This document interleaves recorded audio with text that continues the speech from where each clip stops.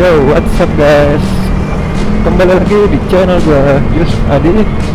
Nah, apa kabar kalian semua cuy? Semoga kalian selalu diberikan kesehatan, selalu diberikan lancaran dalam urusan apapun ya cuy. Nah, pada kesempatan kali ini di pagi yang cerah ini cuy. Nah, di sini gua mau OTW ke Cibubur melewati jalur Jalan Raya Pondok Gede nih cuy. Gue udah lama ya nggak lewat sini, udah beberapa bulan. Biasanya tuh gue lewatnya tuh Jalan Raya Bogor terus gitu cuy. Soalnya kalau untuk lewat sini ya itu jaraknya tuh lumayan jauh ya cuy. Dari yang gue amatin tuh kira-kira lebih jauh 5 km gitu. Karena lumayan juga ya 5 km. Nah, kenapa hari ini gue lewat sini?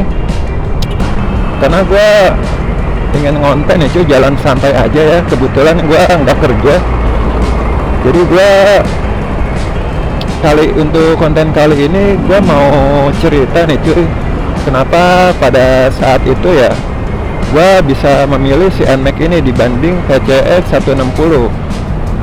Sebenarnya untuk PCX 160 pada waktu itu ya di tahun 2021 dia tuh baru launching cuy.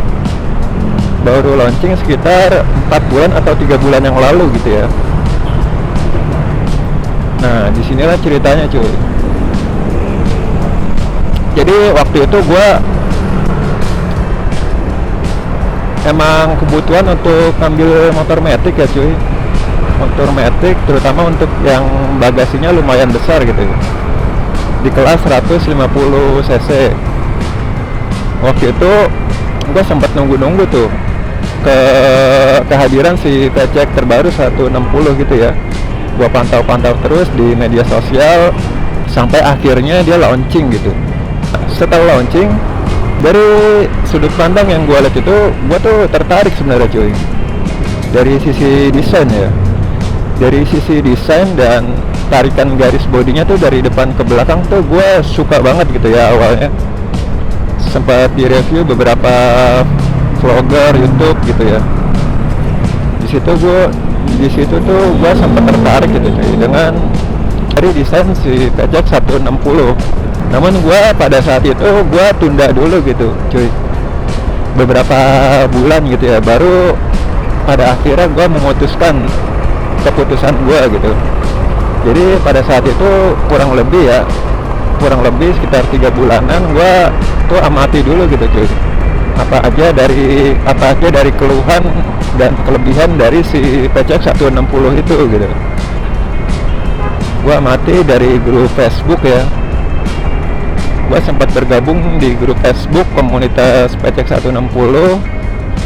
Pastinya gue setiap membeli suatu produk ya, pastinya gue lihat review dari media lain, dan pastinya gue amati dulu nih cuy, apa aja keluhan dan kelebihannya gitu.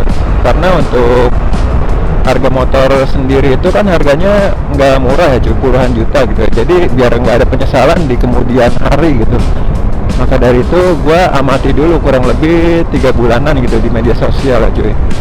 Nah, di sini gue mungkin bicara dari kelebihannya dulu nih cuy. Kelebihan dari si PCX 160 itu ya, dari hal yang gue suka dari PCX 160. Tentunya dari yang gue suka itu, yang pertama itu pastinya dari desain ya cuy. Dari desain, dari lampu depan, dari bodi samping sampai ke bodi belakang gitu cuy. Untuk lampu belakang juga ya. Jadi tuh menurut gue desainnya tuh keren dan elegan gitu ya. Pada saat itu gue amati. Dan juga untuk mesinnya itu pada saat itu tuh terbilang terobosan baru gitu cuy. Terobosan baru di Matic 160 cc ya. Walaupun untuk di atas kertasnya itu speknya di 156,9 cc. Di situ dari yang gua lihat juga untuk engine-nya itu benar-benar racikan terbaru dari Honda. Dia tuh udah overbore ya. Itu pertama kali yang bikin gua tertarik ya. Dia udah overbore. Jarang-jarang kan ya Matic kelas 150 cc dia sudah overbore gitu. Sedangkan untuk si motorsport CBR atau CB gitu, Sonic, dia kategori sport aja untuk bore stroke-nya itu dia terbilang square gitu tuh, atau dibilang overstroke gitu ya. Ini kenapa untuk Matic-nya itu malah overbore gitu. Nah, di samping dari sisi desain dan racikan engine yang baru tersebut, gue juga suka hal ini cuy, terutama untuk bagasi ya. Bagasinya itu dia terbilang jauh lebih luas dibanding NMAX ya. Untuk bagasi dia 30 liter, sedangkan untuk NMAX itu kalau nggak salah 24 atau 25 liter gitu cuy. Jadi pada saat itu tuh gue tertarik banget dengan PCX 160 itu gitu. Karena dari sekilas, dari sudut pandang gue, dibanding kompetitornya seperti si NMAX ini ya, awalnya tuh gue lihat lebih menarik gitu si PCX 160 ini. Namun seiring berjalannya waktu gue pantau-pantau di grup Facebook, dan juga untuk Honda PCX ini dari yang gue lihat ya, untuk Gen 150 itu tuh jika dibandingkan dengan NMAX ya, itu lebih minim masalah kelistrikan cuy. Kalau untuk NMAX itu, kalau kayak NMAX, Aerox gitu ya, itu kan rawan soket spoolnya gosong gitu ya. Ya walaupun di PCX 150 juga gue pernah dengar cuy, itu dari teman gue sendiri ya, dia soket SCGU nya itu gosong juga gitu. Cuman gue sih jarang ya dengar kabar itu ya. Mungkin lebih banyak kasus di NMAX atau di Aerox untuk masalah soket spool gosong. Dan yang gue suka juga, dia itu untuk kaliper depannya itu dia udah 2 piston cuy. Yang gue suka dari PCX ya, udah 2 piston, pastinya terlihat lebih, tampilannya tuh terlihat lebih bagus, dan pastinya performa pengeremannya tuh pastinya lebih baik ya. Dan juga untuk desain velgnya itu dia tuh update banget gitu cuy. Desain velg rodanya ya, dia tuh pertama kali dia launching, banyak yang bilang desain velgnya itu seperti Ninja 250 Fi untuk desain velgnya gitu, walaupun nggak mirip ya. Cuma yang gue suka lagi dari PCX 160 itu pastinya untuk keylessnya itu fiturnya tuh udah ada alarm ya, dan keylessnya itu dia juga ada lampunya gitu cuy. Karena kayak di ring keylessnya ini ya, dia ada lampunya warna biru, dan juga dia dapat 2 remote gitu cuy. Sedangkan kan kalau untuk di NMAX kan dia cuma 1 ya, remote-nya itu cuma 1, dan keylessnya itu bahkan sampai sekarang aja dia hanya dikasih 1. Dan juga untuk keyless Yamaha itu dia tidak ada fitur alarm cuy sampai sekarang juga. Cuman yang gue suka, walaupun si NMAX itu keyless 1, dia tuh keylessnya tuh kecil, padat, solid gitu cuy. Dia tuh bertuliskan di remote keylessnya itu Mitsubishi Corporation gitu ya. Jadi untuk kualitas kunci remote keylessnya itu si Yamaha NMAX ini menurut gue bukan kaleng-kaleng lagi cuy. Masalah kelistrikan, gue akuin untuk Honda ya jauh lebih bandel ya untuk soal kelistrikan. Walaupun beberapa waktu lalu nih cuy, untuk katanya sih untuk ECU si generasi 160 ini katanya tuh lemah cuy, terutama jika kalian pasang aksesoris kelistrikan, lampu-lampu bulat gitu ya, apabila pemasangannya itu kalian kurang pas gitu. Itu gua dapat info dari kedai rider cuy, dia tuh pernah bilang untuk ECU generasi 160 itu lemah katanya cuy, rawan jebol, entah kenapa gitu ya. Lalu selanjutnya yang gua suka dari PCX 160 itu pastinya bagasi. Di samping bagasi yang lebih luas, dia juga memiliki kapasitas tangki bensin yang lebih banyak gitu cuy. Kalau nggak salah tuh dia selisihnya beda 1 liter ya dibanding NMAX. Kalau NMAX kan 7 liter, dia tuh bisa sampai 8 liter cuy. Terus yang gue suka dari pecek itu apalagi ya cuy, mungkin faktor irit ya. Yang gua tahu tuh dari brand Honda itu untuk konsumsi bensinnya itu jauh lebih irit dibanding Yamaha cuy. Nah selanjutnya, selepas dari semua kelebihan apa yang gue suka dari PCX 160, tentunya ada kekurangan cuy, dari hal yang gue nggak suka ya dari PCX 160 tersebut, berdasarkan dari pengamatan gue yang gue lihat di media sosial maupun secara langsung ya cuy. Tentunya dibalik semua yang gue suka ataupun kelebihan dari yang gue lihat si PCX 160 ini, pastinya dia ada kekurangan dari hal yang gak gue suka ya cuy dari si PCX 160 ini, berdasarkan dari apa yang gue lihat di media sosial maupun apa yang gue lihat secara langsung gitu. Yang gak gue suka, yang pertama dari PCX 160 itu, gue tuh beberapa bulan pantau di Facebooknya ya, itu tuh udah ada user yang mengeluhkan piston dan dinding silinder itu baret cuy, baret, dan pistonnya itu ngejim ya, berhenti gitu. Nah di situ gue sempat heran, motor masih baru gitu ya, usia baru berapa bulan keluar, itu udah ada kasus seperti itu gitu cuy. Gue juga nggak begitu tahu masalahnya awalnya di mana, cuman ada beberapa yang bilang itu kasusnya tuh ada di pompa oli gitu, di pompa oli yang nggak naik gitu ya olinya ya, jadi mengakibatkan pelumasan ke area mesin, terutama untuk di dinding silinder itu nggak naik gitu cuy. Dan juga untuk konstruksi mesin cuy, untuk konstruksi mesin generasi 160 yang terbilang sangat baru ya, itu tuh di samping mempunyai kelebihan, ternyata ada kekurangan yang menurut gua sangat fatal ya. Kalau dari kelebihan kan, untuk konstruksi mesin 160 itu kan dia kan cc-nya jauh lebih besar dibanding NMAX ya, jauh lebih besar, beda beberapa cc gitu ya, 155 dibanding 156,9, entah itu hampir 2 cc atau 1, sekian cc gitu. Dan juga dia kan overbore ya, dimana untuk si generasi 160 ini dia untuk akselerasi awalnya itu benar-benar responsif gitu cuy, dibandingkan NMAX si generasi kedua ini ya, dimana sangat pas banget untuk stop and go. Untuk tarikan akselerasi awalnya itu dia benar-benar ngejambak cuy. Beda halnya dengan NMAX ini ya. Untuk NMAX ini mesinnya tuh untuk ditarikan awalnya tuh agak berat gitu, dia agak loading dikit baru dia tarikan kuatnya itu ditarikan menengah sampai ke atas cuy.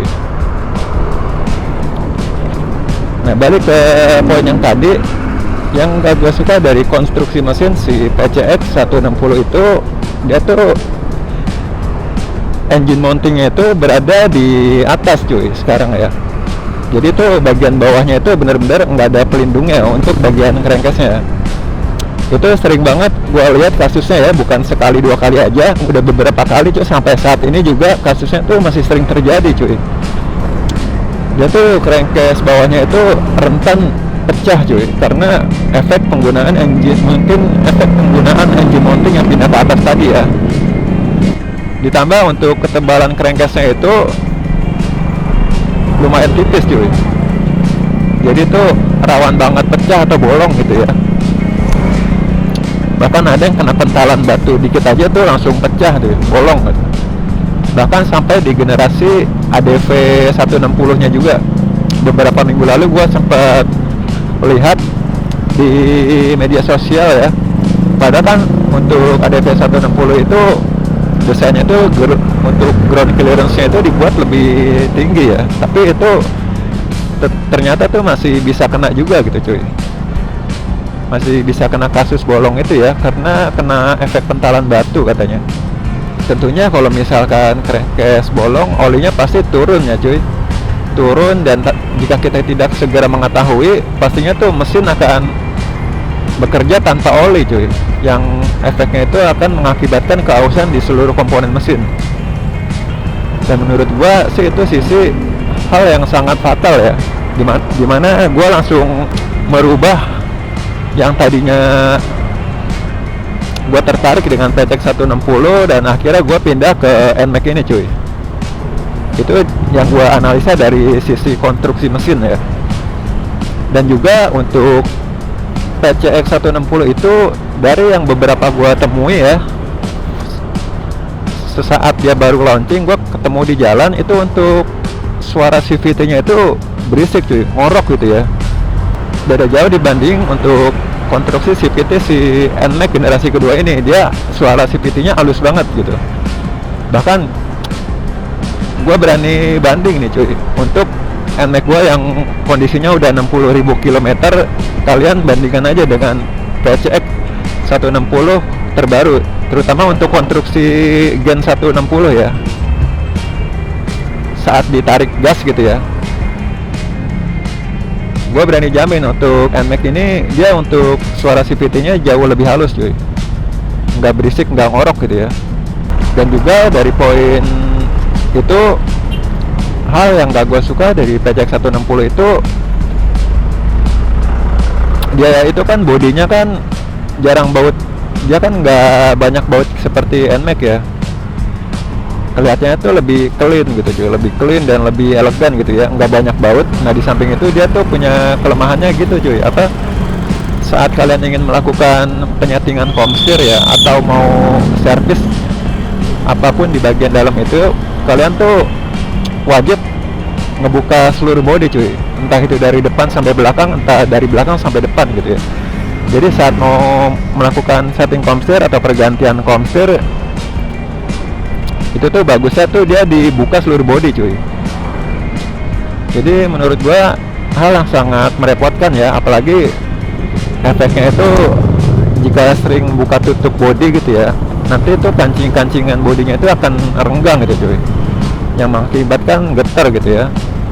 Nah sedangkan kalau untuk di NMAX ini, jika kalian ingin melakukan setting komstir ya, setting komstir atau ganti komstir, itu tuh nggak perlu buka seluruh body. Jadi dia untuk si NMAX ini dia hanya membuka bagian depannya aja cuy. Hal yang gak gue suka dari PCX selanjutnya itu di masalah ini cuy. Sebenarnya ada poin plus minusnya ya dibandingkan NMAX. Untuk PCX 160 itu minusnya itu untuk posisi boncengernya itu katanya berasa ngejengkang ke belakang gitu ya. Sedangkan juga untuk di NMAX sendiri pastinya kelemahannya itu posisi kakinya tuh lebih ngangkang cuy. Tentunya di setiap brand punya kelebihan dan kelemahan masing-masing ya.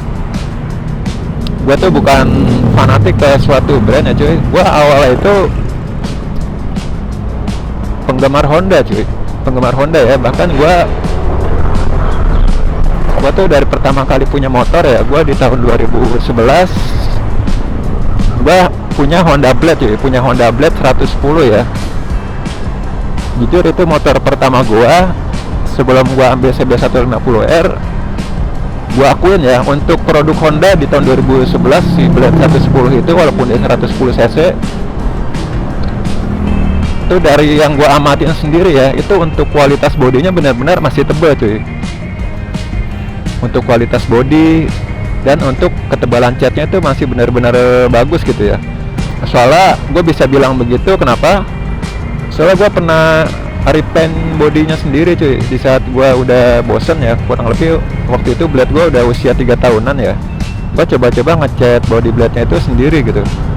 Jadi itu gue amplas halus semua, lalu kemudian gue cat. Nah di situ gue bisa ngeliat perbedaannya cuy.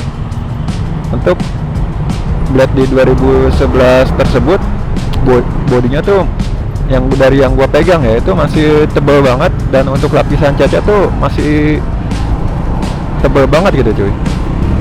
Sampai gue amplas tuh gue tahu banget tebalnya itu berapa mikron mungkin ya, berapa milimikron gitu. Dan juga di bagian rangkanya tuh dia no problem, nggak ada masalah kayak karat-karat gitu ya.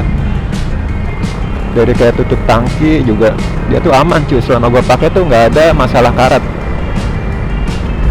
Nah selang dari itu di tahun 2016 gue ambil motor CB150R yang LED cuy, yang tentunya sudah pernah gue review di konten gue ya.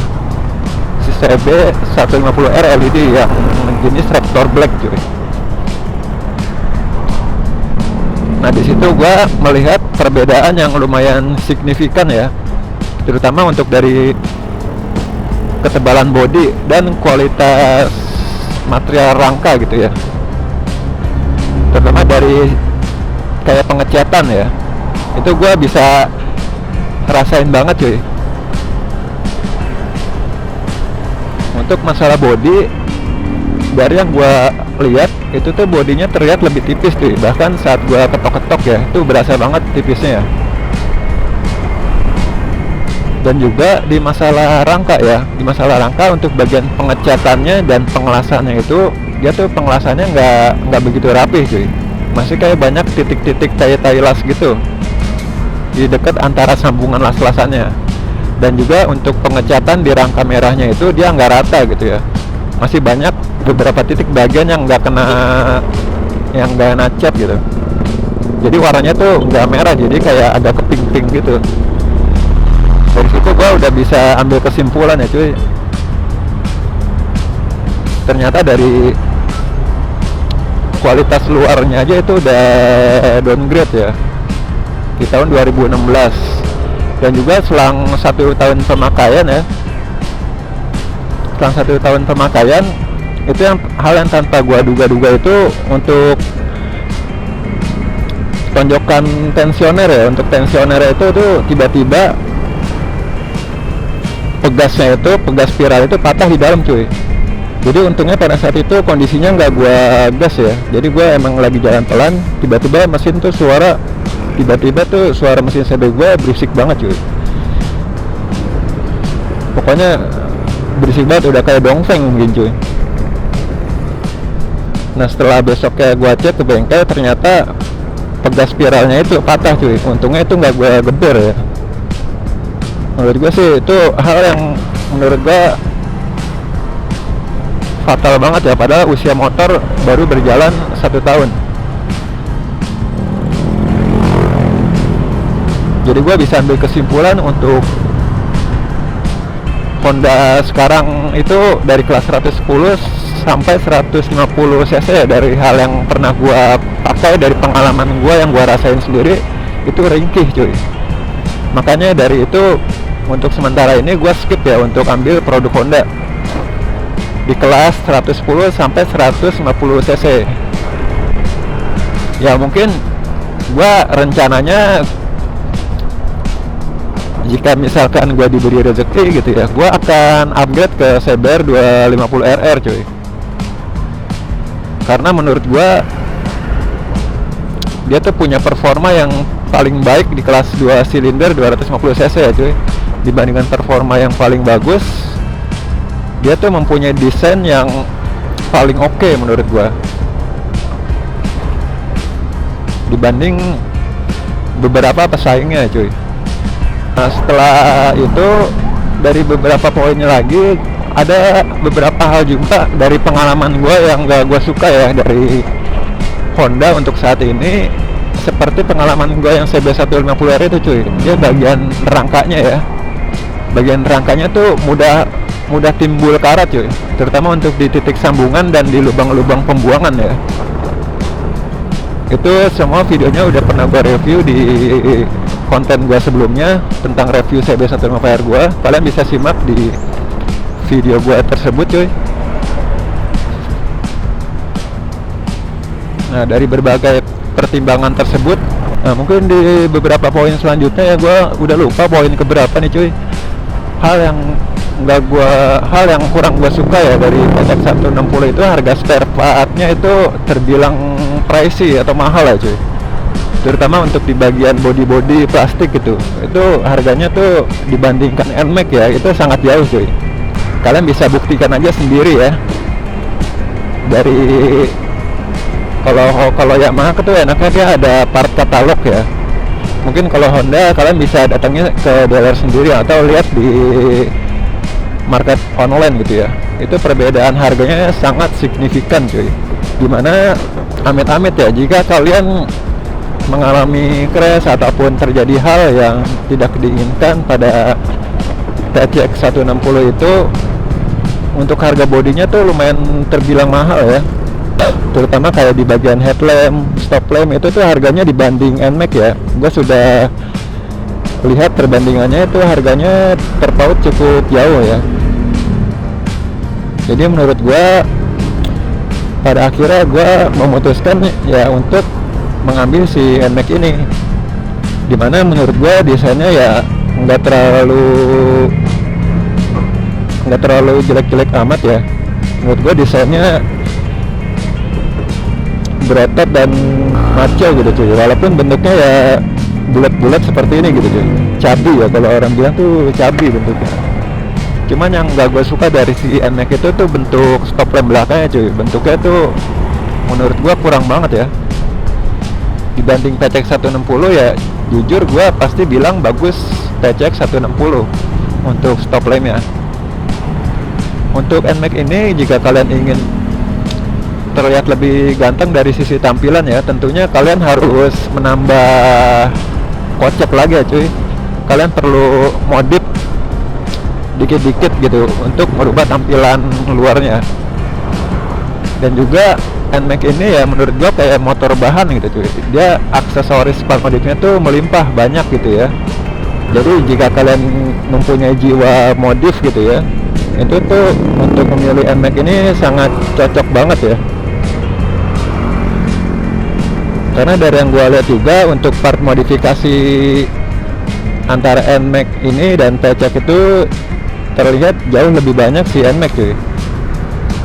Bahkan juga untuk CB150R gue aja itu untuk part modifikasinya tuh nggak banyak gitu ya. Jadi makanya itu gue nggak terlalu banyak modif gitu ya. Bahkan sampai kondisinya itu masih standar-standar aja gitu cuy. Beda kalau si NMAX ini dia kan untuk aksesoris modifnya tuh kayak part-part karbonnya gitu banyak ya, dari Nemo contohnya. Oh iya, mungkin ini cuy, ada lagi yang lupa gua sampaikan tadi ya, untuk tampilan speedometer cuy. Untuk tampilan speedometer jujur gua pilih si PCX 160 ya. Dia untuk tampilan speedometer itu benar-benar terlihat elegan dan futuristik gitu ya. Pada saat itu dia dengan negatif display dan tampilannya itu seperti kayak dashboard mobil gitu.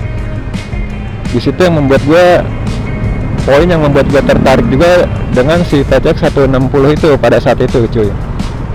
Sedangkan untuk si NMAX ini kan untuk speedometer biasa aja gitu ya, kayak layar Tamagotchi mungkin ya, kayak layar Jimbot gitu cuy. Layar itu masih monokrom sebelum gue rubah ke negatif display seperti ini. Dan juga di PCX itu kan dia jika nyalain lampu hazard atau sen, dia kan ada iluminasi displaynya gitu ya, di samping sini ada hijau-hijau. Itu tuh terlihat benar-benar lebih futuristik banget gitu menurut gua ya. Dan pada akhirnya semua apa yang hal gua suka itu terkalahkan dari kekurangan yang dimiliki PCX tersebut cuy. Dengan pemikiran matang ya, akhirnya gue pada saat itu gue memilih si NMAX 155 ini dengan versi ABS ya. Dia ABS-nya juga, dia kan udah depan belakang ya, udah depan belakang, sedangkan si PCX itu masih single channel. Ya walaupun di sisi itu pastinya ada kelebihan dan kekurangannya juga cuy. Untuk PCX itu walaupun dia satu channel, dia tuh untuk ABS itu dia lebih smooth ya katanya ya. Jadi dia per detiknya itu lebih banyak denyutannya gitu cuy. Sedangkan si NMAX itu denyutannya tuh lebih sedikit. Jadi saat kalian melakukan hard braking itu tuh terasa banget di handle rem cuy kalau menggunakan si NMAX ini. Dert gitu. Dan juga dari yang gua lihat juga untuk NMAX ini kasus ABS errornya itu lebih banyak ya dibandingkan ABS-nya Honda. Itu yang membuat gua hal yang khawatir ya menggunakan Yamaha versi ABS gitu cuy. Nah, maka dari itu gua selalu rutin nih cuy, selalu rutin untuk menguras minyak rem dari motor ini gitu cuy. Ya maksimal 10.000 km gitu. Itu gua kuras terus ya. Dengan minyak rem bawaan Yamaha yang 24 cuy. Karena kalau kalian mengabaikan untuk mengganti minyak rem atau menguras minyak rem itu tuh nantinya akan fatal cuy. Model ABS itu untuk selen WC itu bagian dalamnya bisa macet ya, mungkin terkena endapan ataupun karat di dalam gitu ya. Jadi itu dia nantinya efeknya bisa bocor ke PCB yang mengakibatkan terbakarnya modul komponen-komponen dari PCB si ABS tersebut cuy. Dan harganya untuk penggantian modul ABS itu nggak murah cuy, sekitar 5-6 juta ya. Nah maka dari itu daripada nunggu rusak ya mending gua rawat gitu cuy. Dan juga dari pertimbangan tersebut yang gua suka dari series Maxi ini, dia bodinya terbilang cukup solid ya, terutama untuk cat-catnya dia menurut gua lebih bagus. Di samping itu harga bodinya tuh sangat terjangkau ya cuy. Dan juga aksesorisnya kayak aksesoris pendukung material part-partnya lain tuh juga ikut murah cuy. Dimana jika ingin melakukan pergantian part ya itu nggak terlalu pusing ya mikirin harganya. Nah di samping itu ada hal yang gak gue suka dari generasi Maxi Yamaha ini tuh masalah di velg cuy. Masalah velgnya itu tuh udah kayak velg purba ya, nggak update cuy. Dan juga untuk ini, untuk kaliper rem si NMAX ini bahkan sampai Aerox sampai NMAX Turbo saat ini ya, itu tuh untuk kaliper remnya itu masih selalu pakai yang satu piston cuy.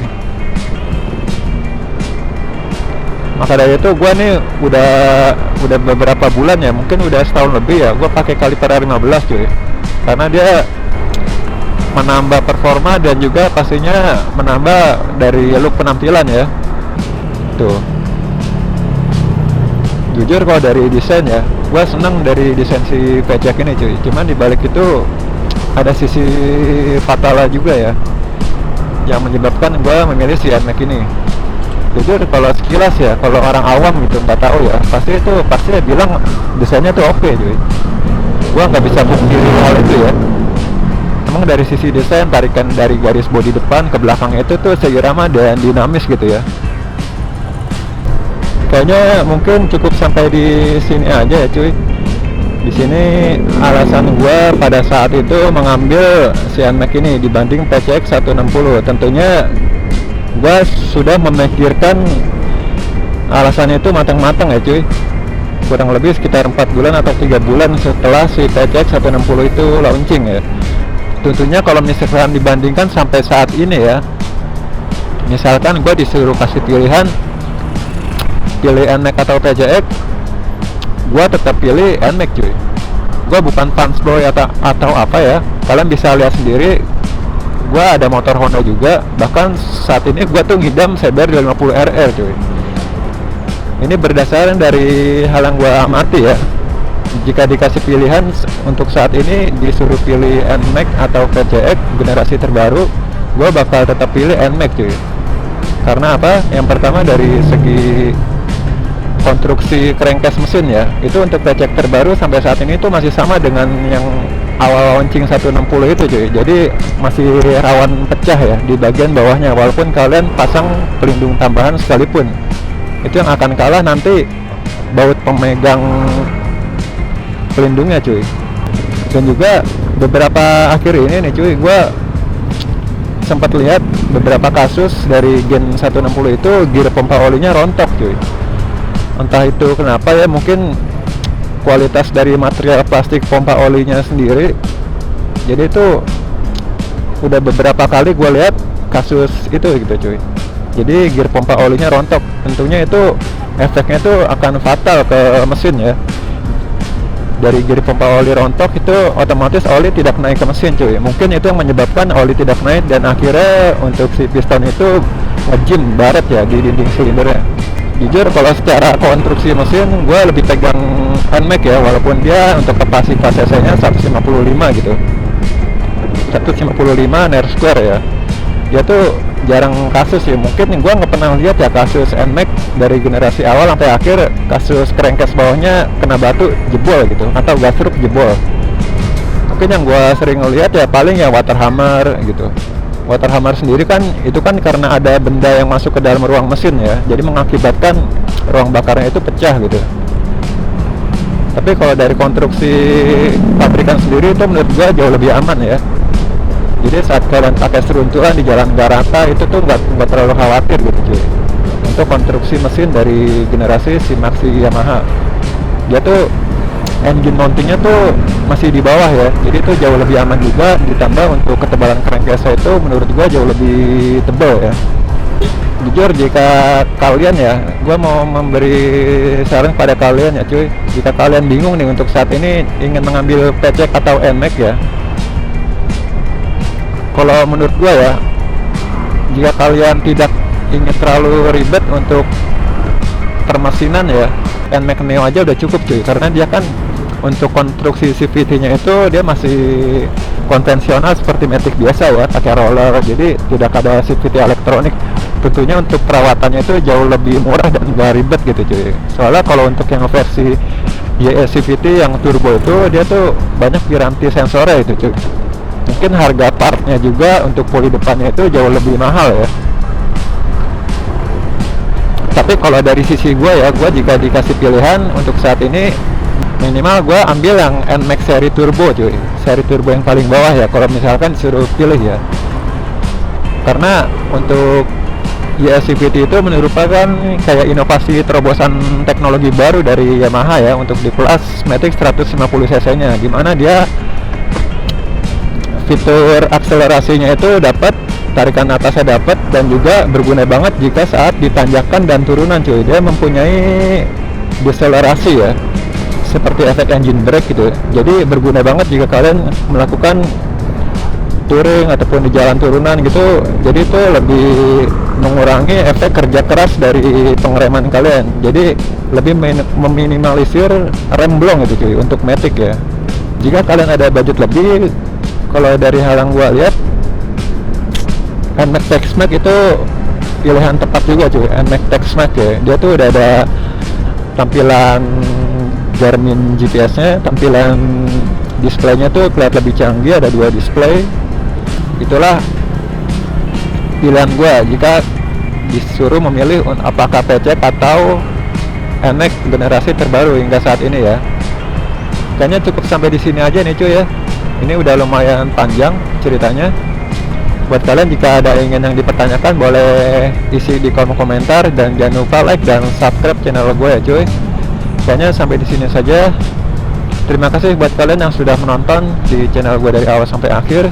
See you guys.